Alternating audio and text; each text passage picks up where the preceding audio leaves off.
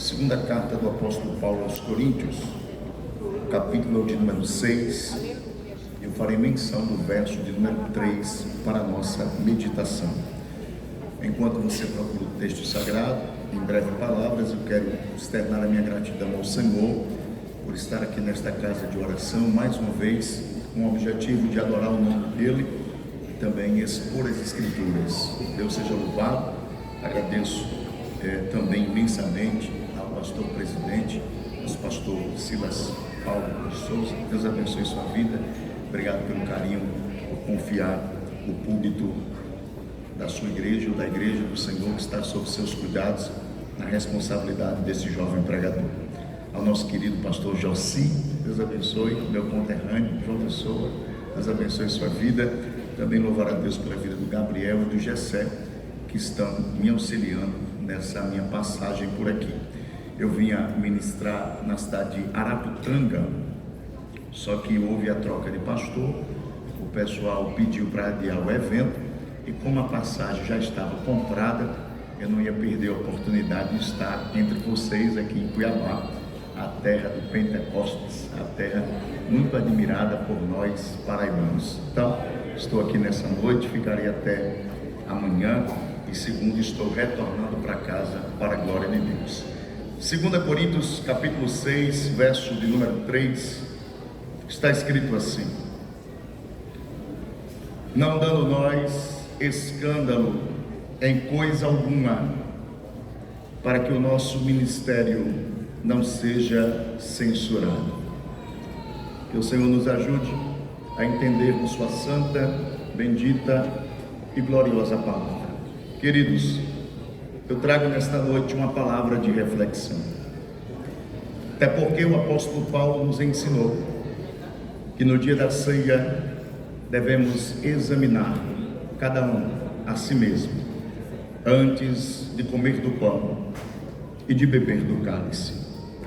E eu rogo as suas orações para que eu possa trazer aquilo que Deus ministrou no meu coração aqui nessa noite. Tenho percebido que nos últimos anos, no cenário evangélico brasileiro, uma palavra tem tomado conta dos nossos noticiários, e a palavra é escândalos. A cada dia que se passa, um novo escândalo aparece nas mídias sociais, de pessoas queridas que estão no nosso meio, que infelizmente, através do seu mau comportamento, tem manchado a nossa fé, tem deixado um mau testemunho. Isso tem se intensificado de tal forma que a gente vê hoje sites, perfis especializados em divulgar esse tipo de notícia. E pasmem, esses sites, esses perfis, eles são bastante visitados pelos nossos irmãos. A gente tem visto isso com bastante frequência. Jesus nos alertou acerca dessa prática, dizendo que ela era inevitável. É inevitável que os escândalos aconteçam. Contudo, o Senhor Jesus alertou acerca do seu perigo. Aquele que o pratica, segundo as palavras do nosso mestre, ele não deveria nem ter nascido, porque o escândalo faz com que o neófito, o iniciante na fé, venha tropeçar. Diante das palavras que lemos nesta noite, que são as palavras do apóstolo Paulo, nós podemos ver a postura que nós devemos tomar nesta última hora da igreja. Acerca desse assunto, Paulo diz: não dando nós escândalo em coisa alguma, para que o nosso ministério não seja censurado. Fica claro que o apóstolo estava se dirigindo aos ministros da cidade de Corinto. Contudo, esse conselho aqui não é só para os ministros, mas para todos aqueles que um dia abraçaram a fé no Senhor e que um dia desejam se encontrar com Ele. O nosso comportamento deve ser de tal forma que não provoque escândalos, que não provoque vergonha acerca da mensagem que um dia abraçamos. Nós devemos se comportar de maneira santa, devemos se comportar de maneira agradável aos olhos das pessoas que estão lá fora, até porque nós fomos chamados para pregar o Evangelho, e a gente prega o Evangelho de duas formas: a gente prega aos ouvidos e a gente prega também aos olhos. Aos ouvidos a gente prega usando as nossas palavras, mas aos olhos nós pregamos através do nosso testemunho. E Deus está falando aqui nesta noite que nós devemos se comportar de maneira santa, a ponto de não provocar escândalos aos que estão lá fora. E nesta noite Deus ministrou no meu coração falar sobre 4 tipos de escândalos que precisam ser evitados por cada um de nós. O primeiro escândalo é o escândalo de Noé. Noé foi um homem que andou com Deus no meio de uma geração perversa e pecadora, um homem que achou graça aos olhos do Senhor, porém ele falhou em uma ocasião, escandalizando a sua fé. Gênesis capítulo 9, verso de número 20, diz que este Noé, que era lavrador, plantou uma vinha e com o fruto dessa vinha se embriagou-se. O escândalo de Noé é o escândalo da embriaguez. Por que devemos falar nisto dentro desse contexto que estamos vivendo? Existem muitas pessoas que estão atacando a sã doutrina, que estão indo para a internet, que estão dizendo que o pecado não é só, ou melhor, que o pecado é só embriaguez, e que você deve e você pode tomar até um golinho de álcool, que não vai fazer mal algum. Mas eu nunca vi ninguém se embriagar antes do primeiro gole. E existem pessoas que estão caindo nesta falácia, estão se envolvendo com álcool e estão perdendo a sua vida espiritual. Mas nesta noite eu quero deixar-lhes um conselho que está em Provérbios 23 e 31, quando o sábio escreve assim: não olhes para o vinho quando se mostra vermelho, quando resplandece no copo e se escoa suavemente. No seu fim morderá como a cobra e como o basilisco picará. Os teus olhos olharão para as mulheres estranhas, o teu coração falará perversidades, e serás como aquele que dorme no meio do mar, como o que dorme no topo do mastro. Perceba que o sábio está nos aconselhando a nos abster de todo tipo de bebida alcoólica. Não podemos nem mesmo olhar para ele, porque a embriaguez ela causa 3 coisas. Primeiro, ela causa o desequilíbrio dos olhos. Você vai olhar para onde você não deve olhar.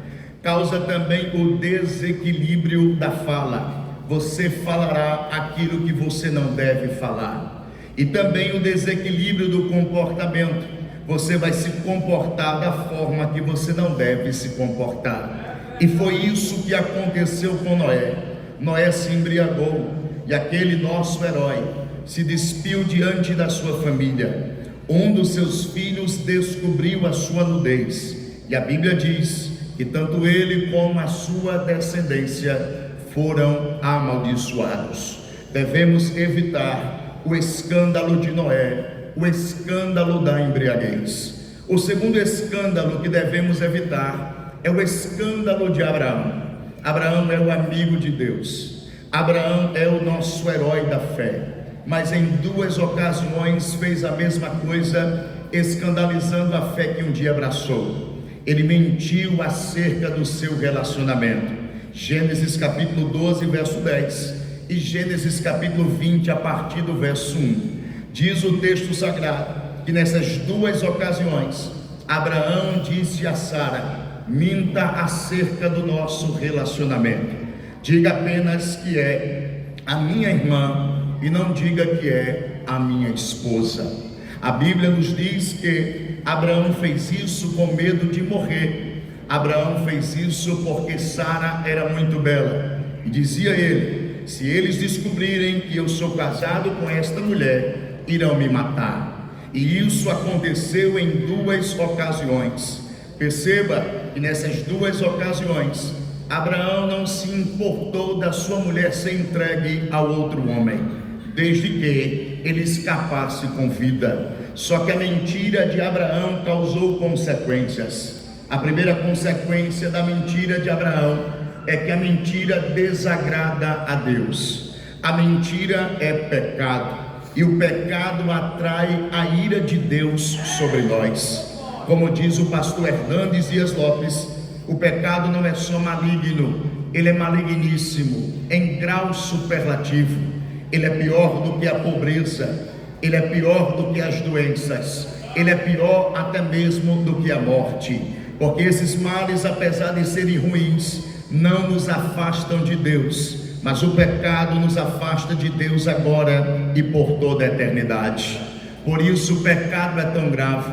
Diz o apóstolo Paulo que o salário do pecado é a morte, não somente a morte física, mas também a morte eterna. A segunda consequência da mentira de Abraão é que esta mentira o tornou semelhante a Satanás.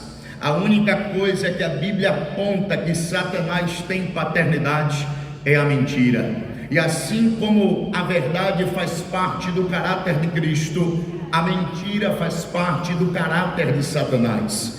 E quando você mente, você se torna semelhante a ele. Quando você mente, você abre uma porta de legalidade para que ele entre e destrua a sua vida. Por isso, o servo de Deus não pode andar com mentira. O servo de Deus é servo da verdade. A terceira consequência da mentira de Abraão foi as feridas que estas mentiras deixou no coração de Sara. Nenhuma mulher gostaria de ser tratada como Sara foi tratada por Abraão. Naquelas 2 ocasiões, ficou claro que Abraão amava mais a ele do que a sua esposa. E quando comparamos o comportamento de Abraão com aquilo que Paulo ensinou, vemos o quanto ele errou dentro do seu relacionamento.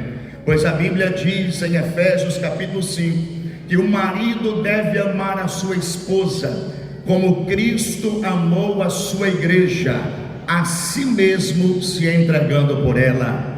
Nós, como casados, devemos lutar pelo nosso relacionamento, devemos entregar a nossa vida para manter a nossa aliança conjugal. Nos últimos dias, o número de divórcios está crescendo, mas a igreja que vai subir, que vai cear com o Senhor nos céus, ela não abre mão dos seus princípios. Aquilo que Deus ajuntou, não separe o homem. Glória a Deus. Abraão fez o contrário daquilo que Paulo ensinou. Em vez de se entregar pelo seu relacionamento, entregou Sara na mão de outros homens. Deus, por sua misericórdia, interviu e não deixou que Sara fosse imaculada. Mas o fato é que esse comportamento feriu o coração daquela mulher. E eu quero abrir um parênteses aqui nesta noite para dizer que você não foi chamado para ferir o coração de Sara. Você foi chamado para amar Sara como você ama o seu Senhor. Você não foi chamado para ferir o coração desta mulher. Você foi chamado para amá-la até o dia da sua morte. Quem concorda com isso, levante a sua mão e diga glória a Deus aqui nesse lugar. O terceiro escândalo que deve ser evitado é o escândalo de Davi. O escândalo de Davi é o escândalo do adultério. 2 Samuel capítulo de número 11 nos diz que nos dias em que o rei ou os reis deveriam ir à guerra, Davi como rei ficou em casa. Ficou em casa com a mente ociosa, ficou em casa pensando, como diz na Paraíba, na morte da bezerra. Foi aí que ele olhou através do seu palácio e viu a mulher a se banhar. Naquele momento surgiu um desejo no coração de se relacionar com aquela mulher. Contudo, antes de fazer ou cumprir o seu desejo, ele chamou um dos seus servos e perguntou: quem é esta mulher? E o servo prudentemente disse o seguinte: ela é esposa de Urias, filha de Eliã. Em outras palavras, o servo está dizendo: você não pode se relacionar com esta mulher. Esta mulher é casada, essa mulher tem compromisso. Um guerreiro teu foi para a batalha, e essa mulher, que é a esposa dele, está em casa. Ei, Davi, você tem princípios, e os teus princípios não podem ser maiores do que os teus desejos. Vou repetir: os teus princípios não podem ser, ou melhor, os teus desejos não podem ser maiores do que os teus princípios. O princípio que Davi abraçou é o princípio da palavra de Deus, e a palavra de Deus dizia o seguinte: se você se relacionar com ela, você peca. Pecando, você perde sua espiritualidade. Pecando o adultério, você é digno de morte. Pecando, Davi, mesmo sendo rei, você vai se afastar do Senhor. Mas naquele momento, em vez de Davi fazer a sua escolha baseado nos princípios da palavra de Deus, ele fez a sua escolha baseado em seu desejo. Ele trouxe a mulher, deitou-se com esta mulher, e você percebe que Davi não queria um relacionamento duradouro com aquela mulher. Davi só queria uma noite de prazer, mas uma noite de prazer se tornou em uma vida de tragédias, porque esta mulher engravidou. Ele tentou esconder o seu pecado, ele tentou omitir o seu escândalo, trouxe Urias para que Urias se deitasse com a sua esposa, não deu certo. Tramou o assassinato desse guerreiro, o guerreiro morreu na batalha. Ele trouxe a mulher para dentro da sua casa, pensando que tudo estava resolvido, pensando que o escândalo estava abafado. Mas o Deus dos céus olhou e disse assim: não me agradei, Davi. E certo dia levantou um profeta, que foi até a casa de Davi, profeta verdadeiro, com vida no altar. Vocês conhecem a história. Ele vem, conta uma parábola a Davi. Davi fica furioso e diz: esse homem é digno de morte. E o profeta aponta o dedo e diz: esse homem é você, Davi. E Deus começa a revelar, a mostrar tudo aquilo que tinha feito a Davi em toda a sua história e aquilo que poderia fazer. Mas naquele momento, Davi rejeitou seus princípios, abraçou seus desejos, e a partir daquele momento a sua vida virou uma tragédia. Ao contrário de Davi, vemos José. José foi tentado nesta mesma área. A mulher de Potifar chegou para ele e disse: deita-te comigo. Mas José firmemente respondeu: eu não posso me deitar com você. Não pode, por quê? Porque eu tenho princípios de moralidade. Eu não vou trair a confiança daquele que estendeu a mão quando eu mais eu precisava. Potifar me deu aqui autoridade sobre tudo, mas me privou de você. Não vou trair a confiança dele. E segundo, eu tenho princípios espirituais. Eu não vou pecar contra Deus. Mas José, que Deus, José, só estamos nós aqui sozinhos. Aí eu imagino José olhando para a mulher e dizendo: é porque o meu Deus é diferente dos seus. Os seus estão na parede, tem olhos mas não enxerga. O meu está lá em cima no trono, e os seus olhos estão sobre toda a terra. Mas Diego, Davi pecou e teve as suas consequências, mas José foi pior. José rejeitou ali deitar-se com aquela mulher e foi parar na prisão. O que valeu? Valeu muito, queridos. O que valeu? Rejeitar os desejos e valorizar os princípios. Valeu muito, por quê? Porque depois de um tempo em que José esteve na prisão, o próprio Deus, que valoriza princípios, ele tirou José da prisão e colocou ele como governador daquela nação. E o negócio foi tão grande, mas tão grande, que um dia eu estava na aula de ciência das religiões na Universidade Federal da Paraíba, e a professora estava ensinando sobre a egiptologia, e ela disse o seguinte: até José houve 18 dinastias, em nenhuma delas houve o cargo de governador, a não ser na dinastia de José. Quando ela falou falou isso, irmão, quase que eu dava um glória igual aquele irmão. Sabe por quê? Porque eu entendi que Deus criou o que não existia para honrar quem honra princípios espirituais na terra. Eu não sei se você está acreditando no que eu estou pregando, mas se você se manter fiel, a porta vai se abrir. Se você se manter fiel, você vai crescer. Se você se manter fiel, o nome do Senhor vai ser glorificado na sua vida. Deixa quem quiser mandar a proposta. O propósito que Deus tem com você é maior do que qualquer proposta que Satanás possa te entregar. Nesta noite de Santa Ceia, Deus está bradando, está dizendo: olhe para os seus princípios e rejeite os seus desejos. Quem recebe esta palavra, levante a mão para cima. Dá para abrir a boca pelo menos por 5 segundos aqui nesta casa.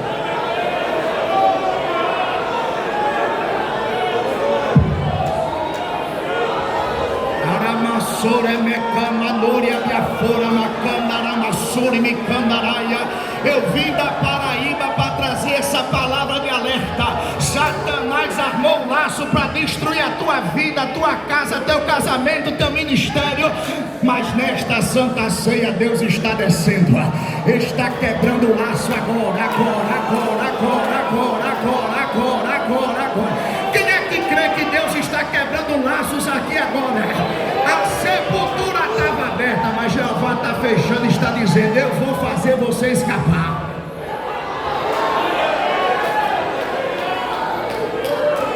Me ajuda a pregar, e eu já estou terminando. Olha para esse crente aí, fiel, cheiroso e bonito, e diz assim: você vai escapar do laço.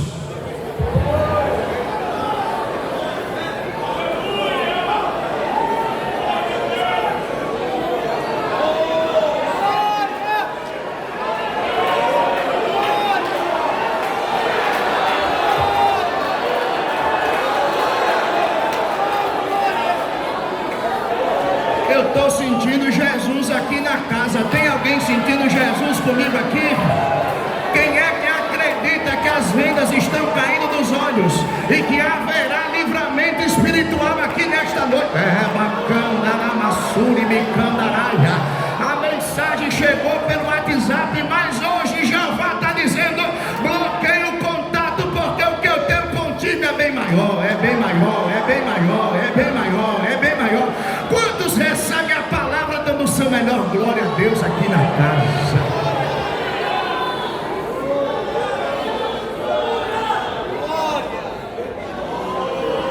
Glória a Deus. Ai, eu quero me serrar. Ai, eu amará sério. Ai, a coma da fúria, meu Deus, olha a minha fúria. Há muitos anos de investimento na tua vida, você não pode jogar fora esses anos de investimento.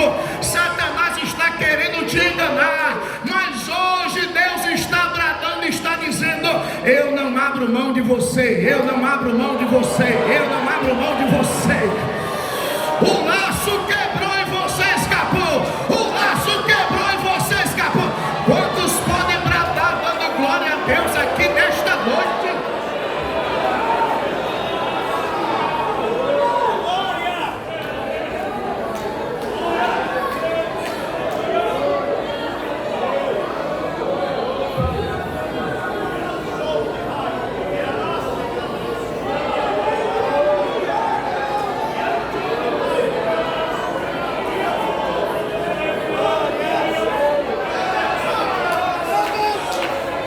Eu acho que eu vou terminar por aqui, porque o céu está se abrindo aqui agora. Quem quer receber forças de Deus para vencer o pecado e as suas tentações, levante a mão.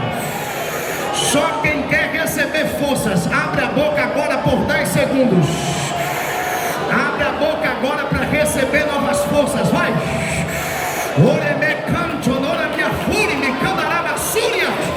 Eu estou sentindo Deus enchendo os irmãos aqui de poder agora.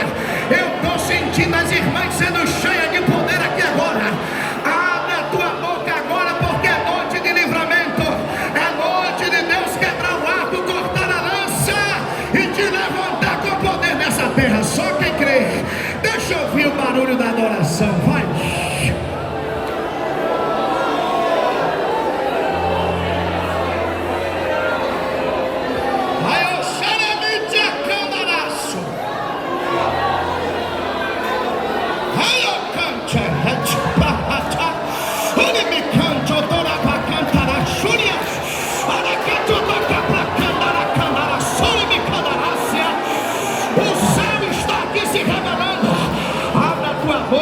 Ser cheia, abre a tua boca para ser cheia, vai.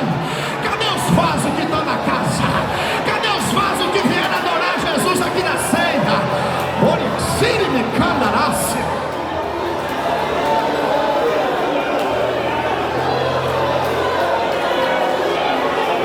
Tá pegando aqui, ó, tá pegando aqui, ó, tá pegando aí atrás. Tem gente sentindo? Tem gente sentindo a glória de Deus aqui? Você vai sentar aqui para cear, mas não com a tua consciência pesada, porque o laço quebrou. Repito, o laço quebrou e você escapou. Que Deus abençoe os nossos irmãos em nome de Jesus.